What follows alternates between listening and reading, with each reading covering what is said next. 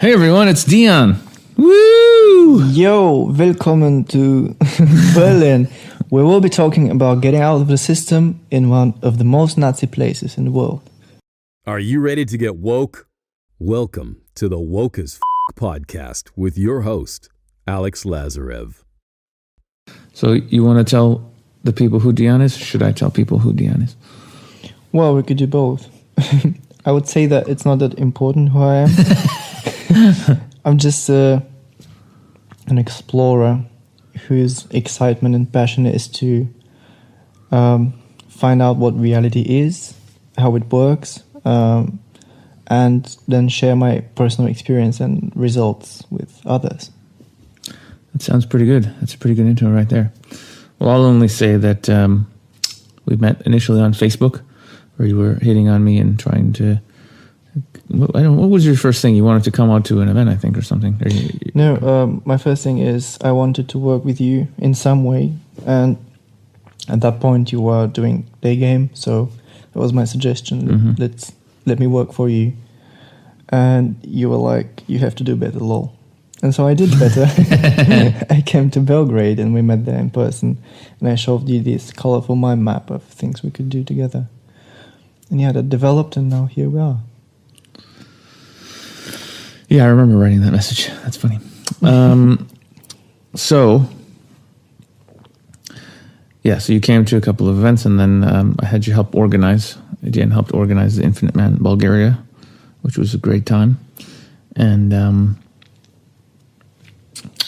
he's a spiritual warrior, and he's been doing a lot of work. And there's always much to discuss. Always much to discuss. So...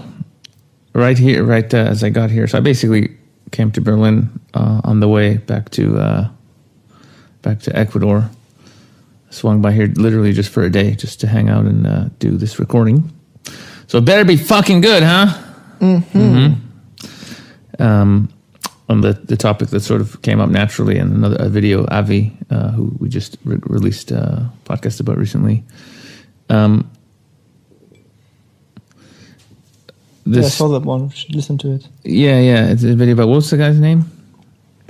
I haven't listened to it, but well, anyway, you have a podcast with Avi. He's this guy who looks Filipino, but I think he's got a Hawaiian background. But anyway, is a simple system, and he basically just goes around helping people like clean. Ah, you mean that one? Yeah. Sure. Ho'oponopono. Is that who it is? Ho'oponopono? Ho'oponopono is the name of the system. Oh, okay. And he was just talking about, it's all about just becoming a clear channel for God, right? And it's just all these thoughts that we have, right? All these ideas and all these problems, blah, blah, blah. It's just data, right? It's just data, whether it's like past memories or, our attitudes towards people or us being upset over anything. It's all just data. And actually, if you clear all that shit out, what's left is just, just you, the original real, innate. Right. Which is as close to God as you're going to get in while incarnated in some sort of physical thing. So and interesting. And then you brought up also that there's, it seemed another method of doing basically this, just different words of, different way of explaining the same thing. And it seems like I'm starting to see this pattern of like, it doesn't really matter what you call it. It's basically the same thing, right? Like primal therapy, for example, is just cleaning up your shit, specifically related to, the patterns and damage you pick up with your parents.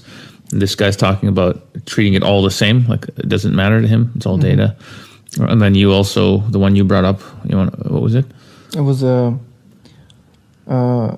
just a system that you use to destroy your patterns and your ego. And then when you get rid of it, what's left is your true essence and your true self.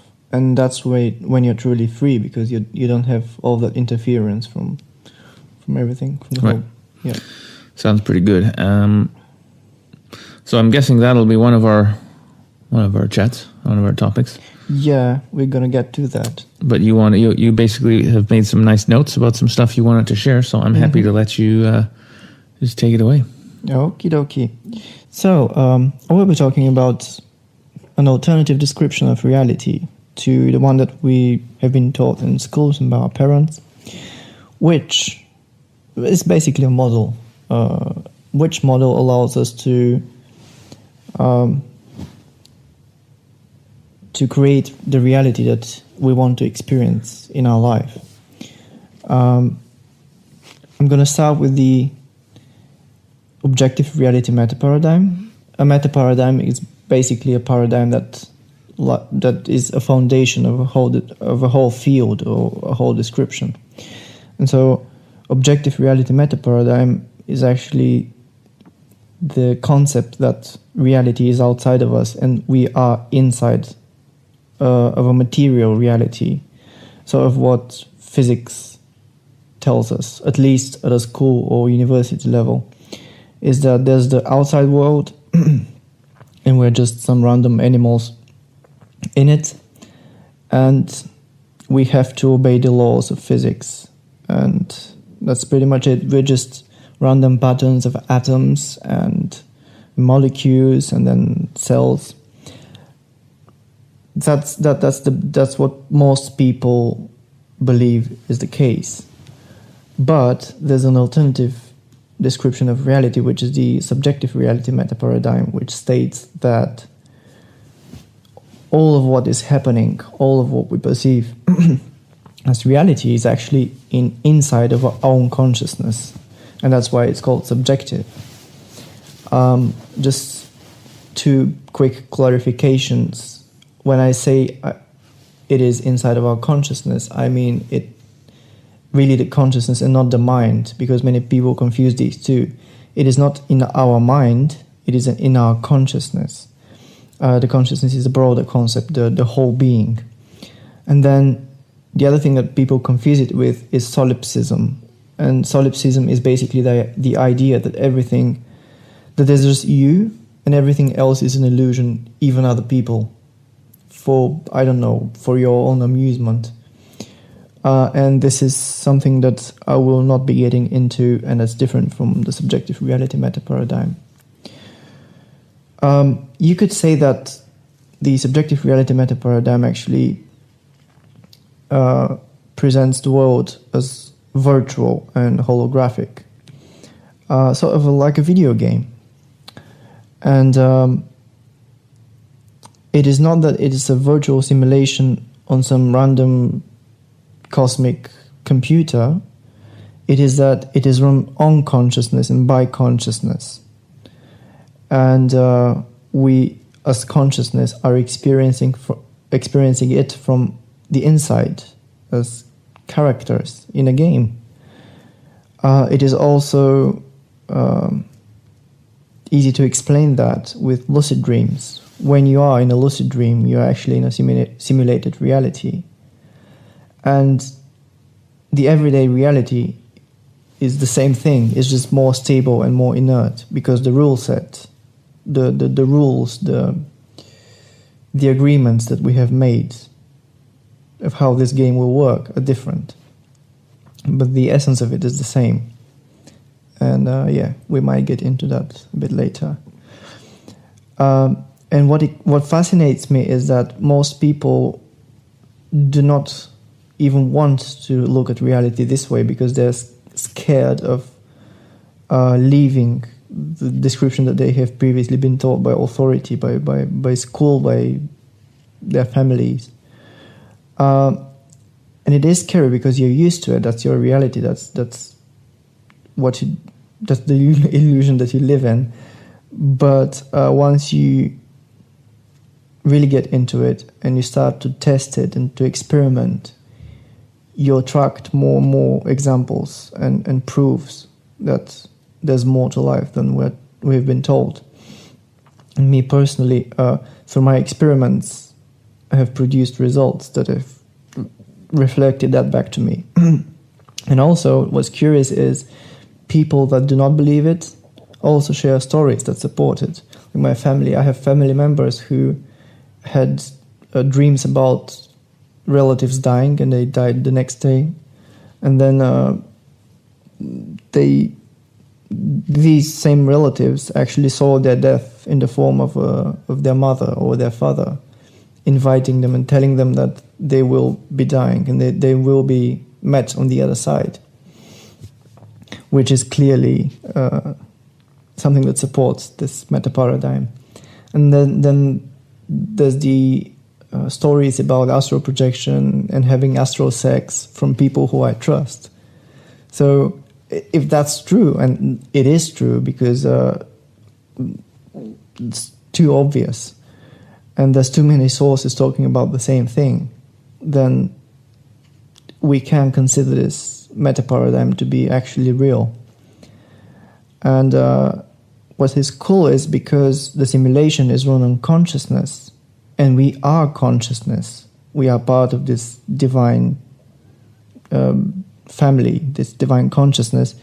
We can actually influence the simulation with our intent and with our thoughts.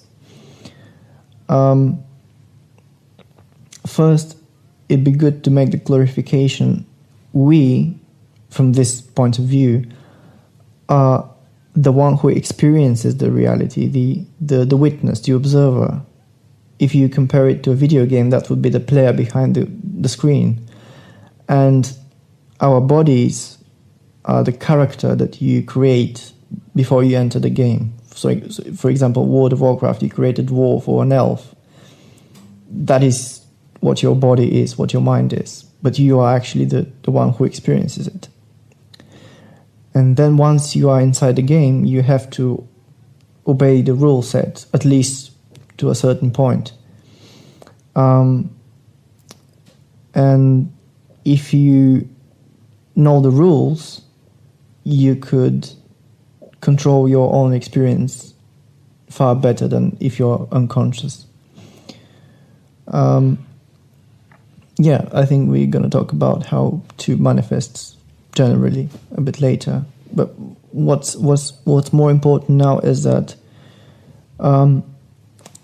in this current game, what's happening is most people are living their life as NPCs, in other words, as non-player characters, or as someone who is fully programmed and just runs habits and patterns, basically totally unconscious of what is happening. And I think in many ways the spiritual journey can be compared to a transition from an NPC to an actual player who makes conscious decisions. And it is not about fighting these programs, it is about actually dropping them and destroying them and getting rid of them to the point where what is left is just consciousness.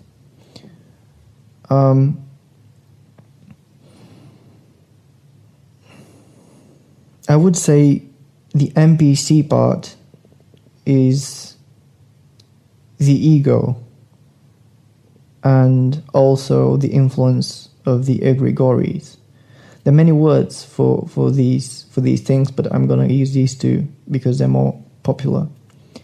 And then there's the stray thought forms, which are just thoughts flying around and being picked up by people who think that these are their own thoughts, which is not the case. And all of these feed on the energy that they have been created in. So if you're not cautious, you can pick up just random anger thoughts and just be angry and think that you're angry for a reason, and you may even justify it. But also what's actually happening is you're just picking up random programs.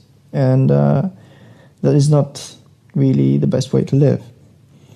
So that's where all of these practices come in to be in control of your mind, to raise your frequency, to pick up thoughts of high vibration, of love, of care, of joy and excitement.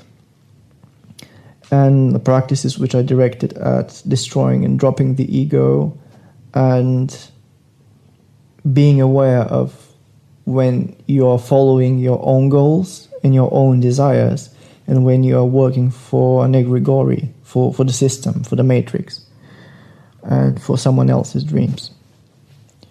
So yeah, this is a big thing, becoming a conscious player. And what is also important is being online. And what I mean by that is we as spiritual beings have a physical mind, which is the three-dimensional mind,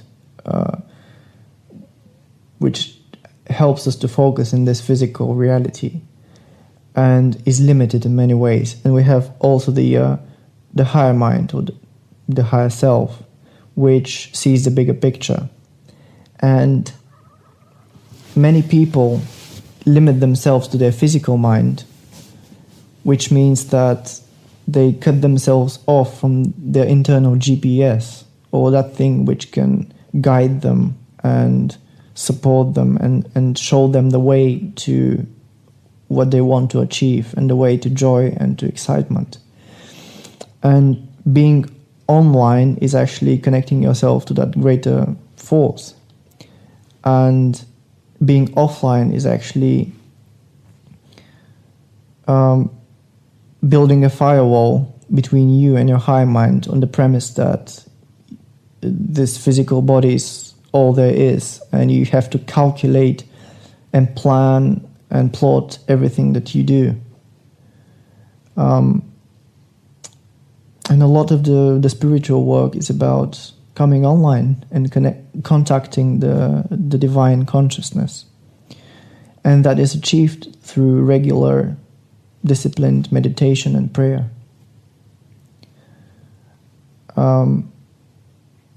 And I have a few things that I think are, you could say, the pillars of spiritual work in the way I see it.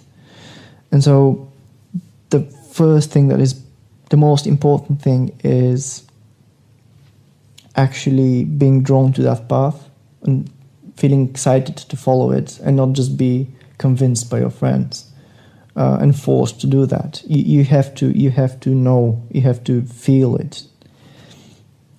And then the most important thing after that is contacting that divine consciousness, contacting the life force. Because you see, if we are programmed, and if we have those ego implants in ourselves, it'd be really hard to get to freedom, because our mind, which we make decisions with, is diseased, is the way we think is programmed. So it'd be really hard to reach enlightenment by ourselves. A much smarter way, a much easier way, is to contact our true essence and let it cleanse our consciousness and let it guide us on our path. And then what comes after that, in terms of significance, would be to love yourself. Self-love is actually so important on this journey, because people who do not love themselves actually invalidate. Let's say it this way, because reality is subjective. This means that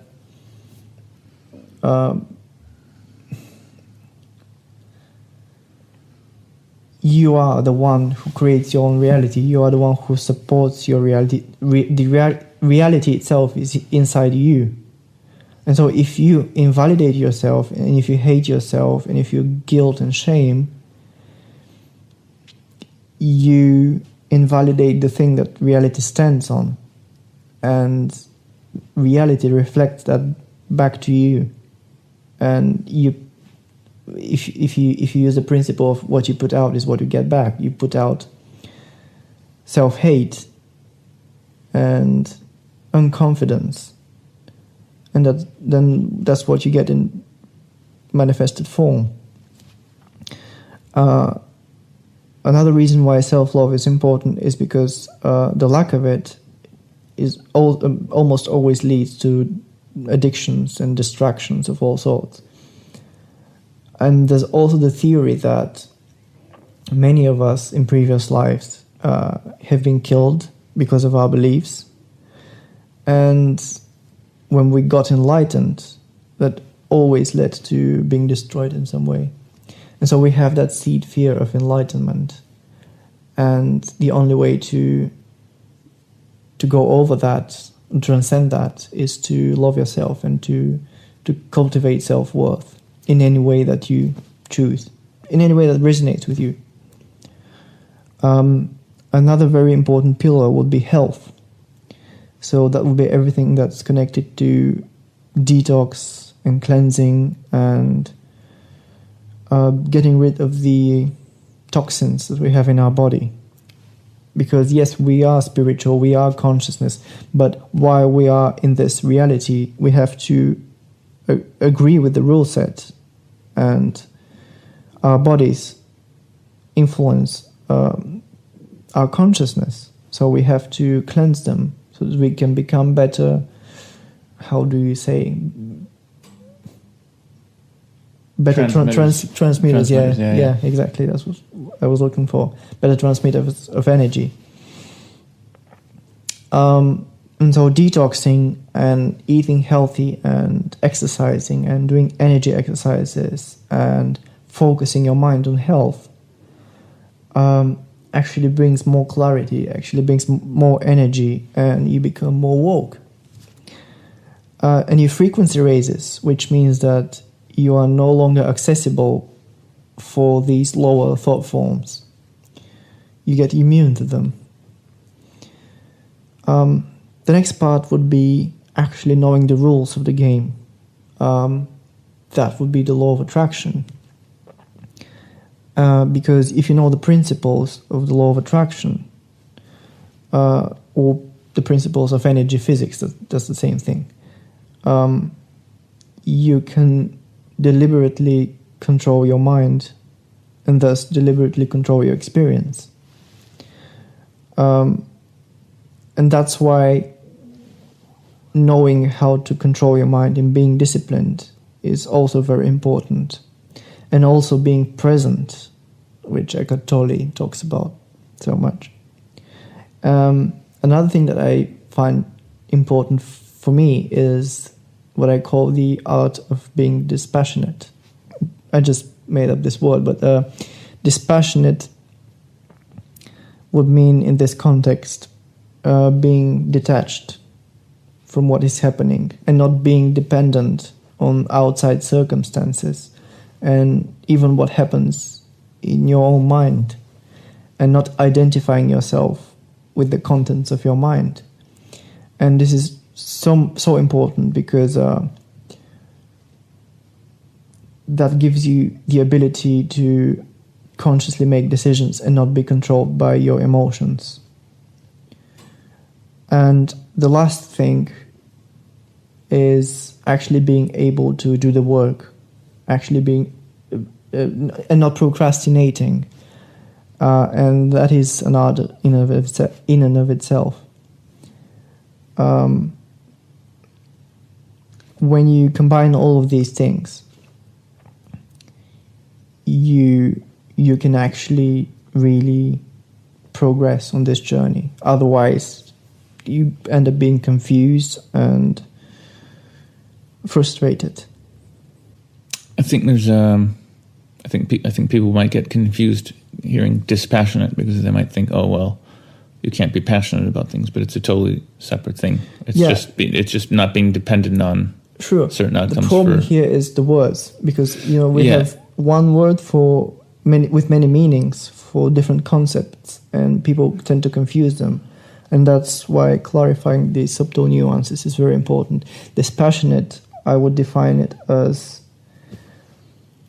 unattachment. Sounds like unattachment is really good, because you can have passion in life for many things, including in the spiritual journey, for God, for health, for food, for love, everything. We can say, but you can still be unattached to certain specific outcomes in the game. Like I want to have this woman as my girlfriend, or I want to get this job. Like those things don't. You know what I mean? Like that's not a reason to be upset or love yourself less because you didn't get some thing. But you can use excitement for that. The word excitement. Sure. And they combine really well because it is so much easier to follow your excitement and to get what you want out of life when you are dispassionate. A simple example would be these two situations. In one reality, you go to a woman and you are totally controlled by your emotions and your programming, and you start being the nice guy, you start giving her presents and being compulsive, reactive, Mm-hmm.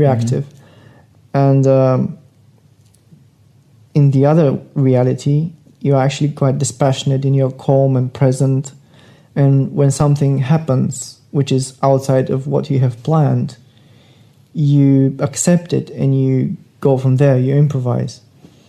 And when she tests you, you keep your calm and you own your shit, as people are saying. Which one of these will actually get the girl, will actually lead to a loving relationship, or maybe not loving, maybe an exciting sexual relationship. The dispassionate one, the one where you are dispassionate because you're not creating blocks, you're not blocking yourself, and you're not letting the emotions distort what is happening. Yeah, I guess also different people's own personal experience and understanding and perspective gives them a different meaning for words. So even for what you're describing, an attachment for me feels like the better word. But yeah, either way, I think the intention or the what you're trying to get across is understood. Mm-hmm.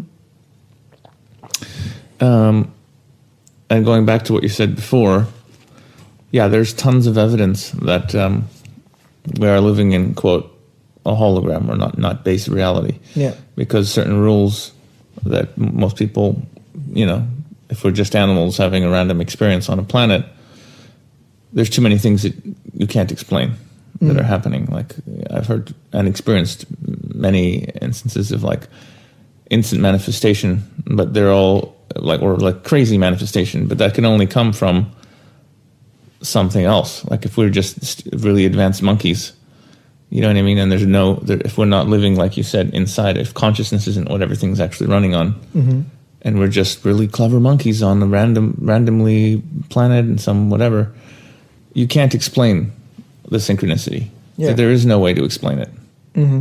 Oh, like because I've had things happen to me that if you were to work out the mathematical odds of it happening, it would be like millions to one. And these things have happened many times, so I'm just like, it can't be. It can't be. There's something more going on here. So it's difficult for me, I've had so many of those experiences, it's difficult even to see the perspective of somebody who's like, nope, Yeah. everything is just like it seems. There's nothing else going on.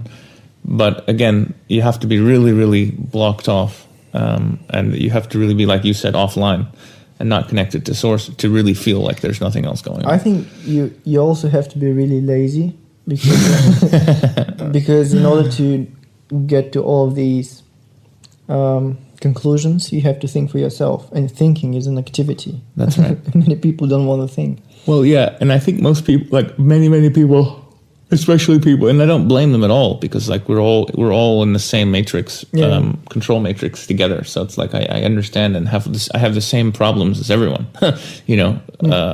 I'm just choosing consciously to try and remove some of the programming, some of the blocks, so I can get more clear and get closer to whatever you want to call it, universal truth, God, whatever. Many words, but yeah. Yeah, but whatever. Like I'm on the path. Basically, you're on the path. I believe pretty much everyone listening to this podcast is on the path, and that's the most important for me. That's the most important thing, because you're going to move in that direction if that's your intention, right? But the problem is the matrix is so kind of brilliant in a way, and I've been thinking about this, how great it is. The way that it's really kind of bad is that it's set up in a way where if you're really lazy, like you said, and you're just your life is okay, let's pretend you have a job, you make enough money, you have a roof overhead, you eat food, you have clean water, you're not starving, there's no threat to your life, there's no real danger. Yeah. There's no driving force for you to seek. There's no motivation. There's no motivation. Like everything for most people, if you're living in the West, you're okay, right? There's nobody going to kick your door in and take you away or shoot you or whatever. Like it does happen, but it doesn't happen all the time. It's pretty rare. So you're probably not going to get killed brutally, in the next year or 10 or 20. You're probably going to get to 50, 60, 70 and die in, what most people call old age. That's probably the reality for most people. Yeah. So there is no fucking reason for you to go and seek greater answers or truth or more joy or connection to the divine. There's just no factor. And so that's what kind of sucks. And that's where, I've had my own realizations about when things do happen to normal people that are, quote, bad, an accident or they get sick or something. Yeah. That is a calling. That is a calling to a higher purpose. That's a calling to the journey, right? Because when you suddenly realize, oh shit, I might die sooner than, 75 and old. Yeah. Or, holy fuck, I just lost everything I have. I might be homeless because I just lost everything. Like I lost all my money, all my health, everything. Suddenly you have a motivation to find joy somewhere else and to find peace somewhere else. And I think we're too comfortable. And I think we're not being told the importance of the spiritual connection. So it's very easy to fall into a life that's like pretty okay and never seek those answers. And something I've been joking around about for years and years and years since I was like in my 20s. But I would usually refer to this in a discussion about loyalty, because for me, it's an important factor in my life, loyalty. And I've had friends that kind of didn't have the same loyalty towards me that I did for them. And I found this really painful earlier in life until I came to understand that their lives shaped their beliefs and their attitudes. And because I had a lot of people like backstabbing me, I had a really tough childhood and tough period in my life. I learned the value of true friendship and loyalty. So for me, I hold those values high. But if you never had those experiences, it means nothing to you. You see? So just like so it's the same thing getting forced on the spiritual path. If you haven't had the calling yet and you yourself are lazy and not curious, you may never, there's nothing there to shove you on it. So true. Yeah, that's just how it is. That reminds me of what Abraham Hicks talked about. It's the concept of contrast and how contrast inspires you to reach new levels and inspires new desires in you. And that's what actually evolution is. Contrast is the driving force of evolution. And I don't think that I cannot confirm that this is the case for everybody. Probably, I don't know. But that certainly was the case for me, because I can remember reading spiritual literature every time I got dumped by a girl. Or, reading about detox because I was unhealthy. So, yeah. Exactly. But why would you read about detox if you were totally healthy and didn't have any problems? Maybe out of curiosity, but it wouldn't be that. It's not the same. There's no hunger. There's no energy. Yeah. Yeah, that's right. It's like going out there to flirt with girls when you've just masturbated versus going out to flirt with girls where you haven't masturbated or had sex in 6 months. One of these people has a real deep desire to make something happen, and the other one is like, if something happens, it's okay, right? So it's or like going out to eat at a restaurant when the last time you ate was 5 hours ago, and going to eat in a restaurant when you haven't eaten in 5 days. Hopefully the former has control over his ejaculation, because if you haven't masturbated for 6 months and then have sex with a girl... Okay, so this is not the right podcast. Well, actually it can be, to be honest. We can talk about anything. But yeah, just a couple of random examples, but it's, it's just an obvious truth, right? It is what it is. So... Was there more? So that was just a little, Yeah, that's a general intro, general iBird's view. But yeah, I wanted, because we talked about manifestation, it'd be cool to mention some of the general rules about manifestation. I'd say the two main currencies in our life are time and attention. And you can sort of see that in the English language because there's the phrases one pays attention and one spends time. So if you look at it as an equation, if you multiply attention by time, that equals manifestation. And to be more precise, like vibration attracts like vibration. So thoughts, because you could say thoughts attract other thoughts, and when you focus on a thought, you attract other thoughts to you, and they sort of build up and they cause emotions. And when you combine thought with emotion, you get a manifestation on a metaphysical level. And then if you expect it to happen, that is, if you allow it, but a better explanation is if you believe, if you trust that this could be real and that this could happen, you allow that manifestation in your reality. And so that's the basic process. An important nuance here would be to focus on the presence of what you want and not on the absence of it. Because many people say, okay, I'm focusing on money the whole time and I don't see any money coming into my life. But many times what they're doing is they are focusing on lack of money. On the lack of money, sure. Yeah. And you can tell the difference when you listen to your emotions. Every time you focus on lack, you're feeling negative emotions. And every time you focus on the presence of something, you feel positive and joyous emotions. So yeah, that's your GPS. And it's not much to say about that. You can just tune to your heart and start manifesting. But the thing is, with all of these concepts, you have to have that systematic, knowledgeable implementation.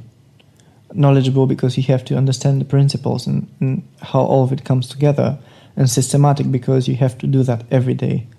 You cannot turn off your attracting mechanism, and if you just sort of try it and do it maybe occasionally, it's not going to work, because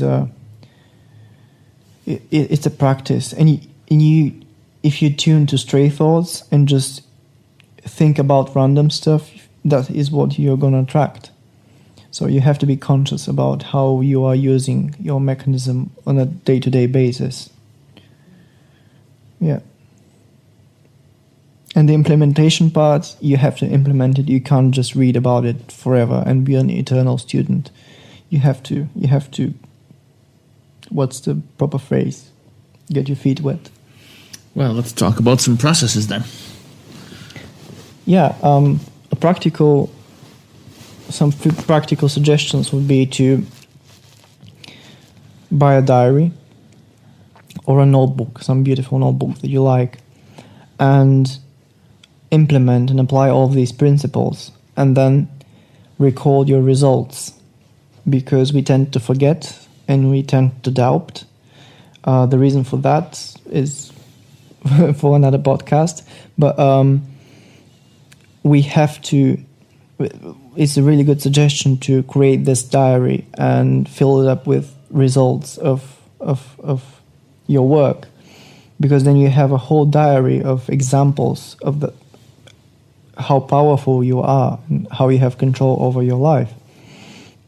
And it really helps with the motivation, with the confidence, because you're getting more and more competent, and competence means confidence.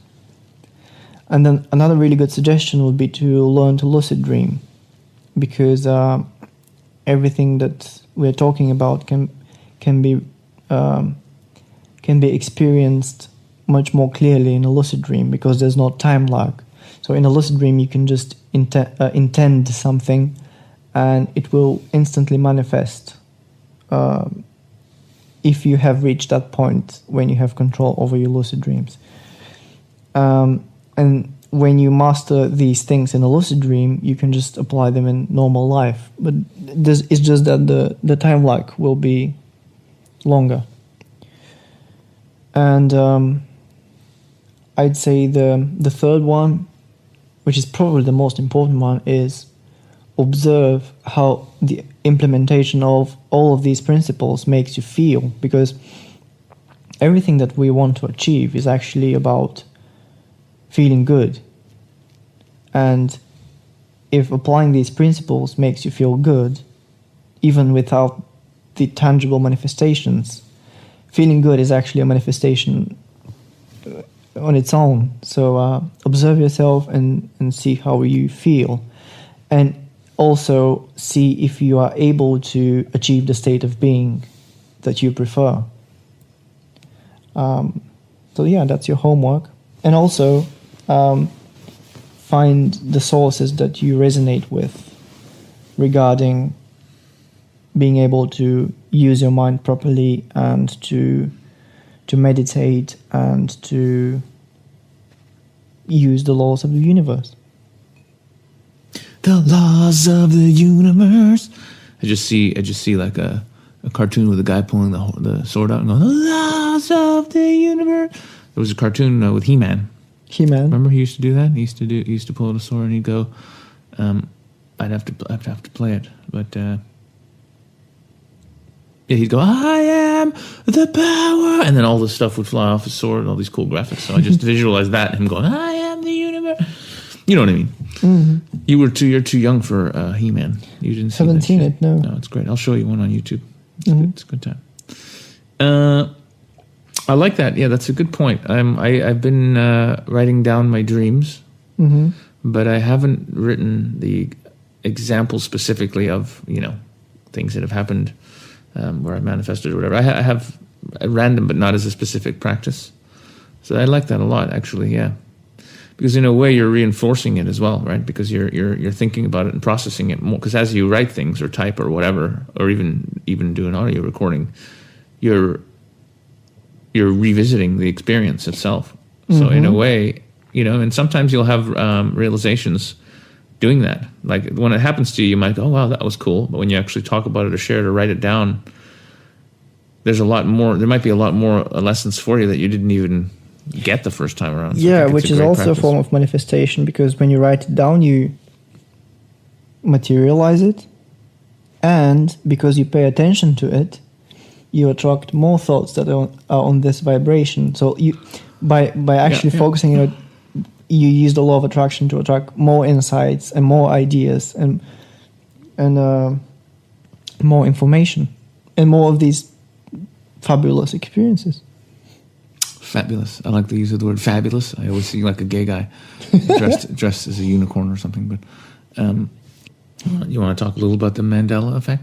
I just had an old friend email me, and she's freaking out because she's watched all of it, but she's like, our heart's in the middle now, and it used to be over on the left, and the continents have moved, New Zealand has moved, and all this shit. And I kind of like have already accepted it that we're shifting into other timelines, and it's okay. Like I'm okay with it. It's just interesting, and I've made my peace as to why I think it's happening. But it's interesting to discuss. It's an interesting discussion. Sure.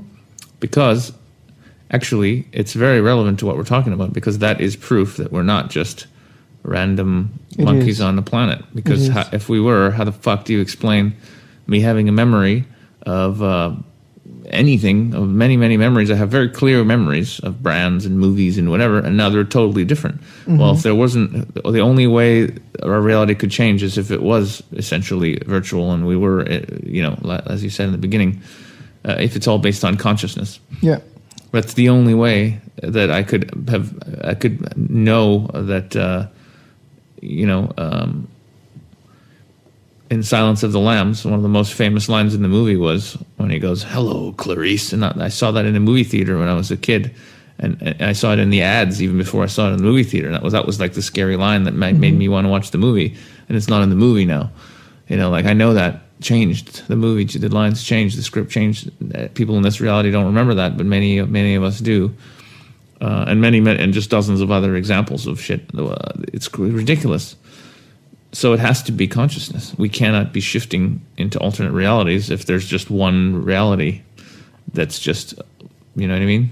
Yeah. There's no fucking way. Even the way that you found out about it was proof of... You actually totally had it first the night before, and then someone wrote That's right. That was really trippy. I think I'm really lucky in that way, because other people just, they hear about it, whatever. I had my own personal experience.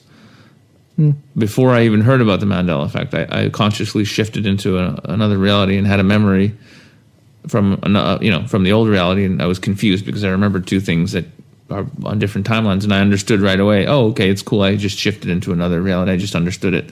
Then my friend's like, "Hey, have you heard about this?" So yeah, that in itself is very fascinating, and that's all the proof that I need. My own experience is all I need. But it's nice when you have, I also remember watching movies about John F. Kennedy's assassination, and I remember the car was a normal-sized car with 4 seats in it. And now, in this current reality, when we're recording this, which could change next week, but the reality now on planet Earth, as we're recording this, it was a 6 car. If you look at the official, photos and whatever, it had 6 seats, and there's more people in the car. There's a driver and 5 people, not a driver and 2 people. I know there was always a driver and 2 people. It always was where I came from. So, and that might, and what's interesting about that one is, if there's certain museums where in this reality where they have a car with a normal sized car with four maximum seats. So do you really think a museum made a mistake? They fucked it up. It's like if we were always in a reality with 6 seats in the car, that would be the car in the museum. Like they're not that fucking. No one is that retarded, And it's been that way. It's been that way since he was assassinated. And nobody noticed anything was weird. Come on, guys. No, we shifted. Yeah, the two biggest ones for me are Queen, We Are the Champions. But the song ends with We are the champions of the world. And they don't say that anymore. But there is one version of a live show where they do. But that's not enough. It used to be the official version, album version was always, Yeah, and the other one is Looney Tunes. Now it's Looney Tunes. Yeah, that's so stupid. Yeah. That doesn't even make sense. Because it's tunes. Yeah, cartoons. Looney Tunes, it used to be Toone. Yeah, that's stupid. It doesn't even make sense this way. It doesn't even make any sense. It's just dumb. But I wasn't sure about that one because in Bulgarian I know it is Veseli Melody, which is tunes. But I found out that there's another show connected to that one, which is Merry Melodies. And Veseli Melody in Bulgarian is Merry Melodies. But Looney Tunes is still Looney Tunes. So yeah. That's how I remember it, tunes, with double O's. And I asked my friends about it, and they confirmed. Before I told them about the Mandela effect, then they didn't believe it. But their first reaction was, yes, it was tunes. And I have a personal one where me and my friends, we used to go to the graveyard to visit one of the relatives of my friend and just sit on their grave and talk, have a good time together as a respect for that relative. And I remember where we used to sit. And the last time we went there, the grave was in a different place. And I was the only person who remember it being in a different place. And all of the others were like, no, that's where we always sit. And I don't remember that. I have a memory of another reality, of a parallel life track. Yeah, and all of that fits perfectly in the subjective reality meta paradigm because you have a space, an infinite space of different parallel reality tracks. And certain people just switch between them. And that creates the confusion of, oh, I have the memory of another track, but I'm on this one.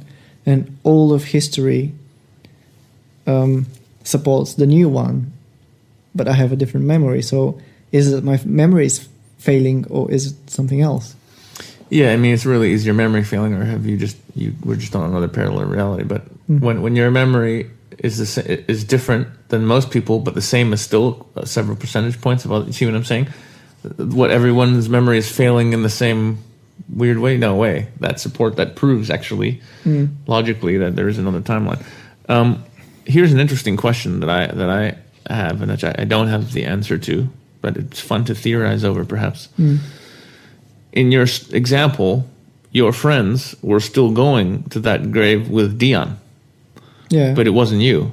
You were in another reality where the grave was somewhere else. So when you moved into this Dian's body, when your consciousness from that reality came into this timeline, where did the other Dian go?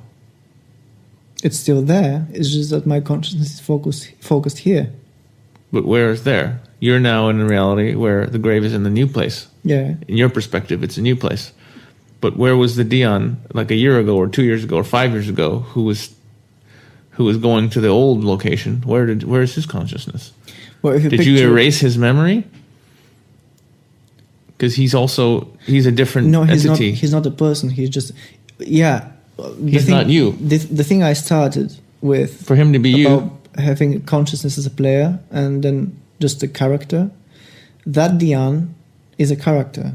This Dian now is also a character.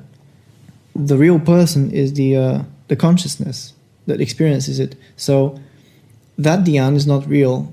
I mean, spiritually, absolutely, ultimately not real in base reality.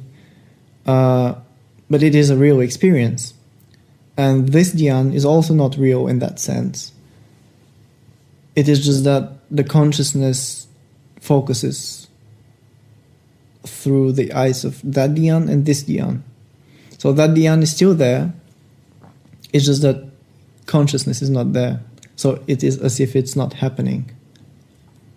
You see? I see. So consciousness can be sometimes with this character or that character. Yeah. But only one of them can exist at once. once. What happens is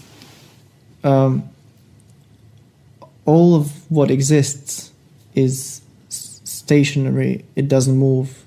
It's set. It's predestined. And you have many life tracks which are totally predestined. And you have no free. There's no concept of free will because it's just frames. And then consciousness decides which life track to focus on, which life track to experience. So that is one life track. This is a different life track, and consciousness is just tuning to them. And when you apply the law of attraction, what happens is you're actually tuning to different life tracks. Yeah. Yeah. Yeah, that makes sense. So sense. it's all about consciousness focusing and not about actually materializing. When you materialize an object, it is not that you create something, you actually tune to a different reality where it is already there. So it's about focusing and not about creating, building something. Right. Yeah. All right, guys. Well, we're coming up to an hour, and let's be honest, I think we're going to keep ranting. So we'll say goodbye for this week. Say bye, Dian. Bye-bye. And let's continue with our conversation, which to us will be right now, but to you guys will be next week, because we know long podcasts that go on forever. Well, nobody clicks on those because no one has the patience. So see you guys next week.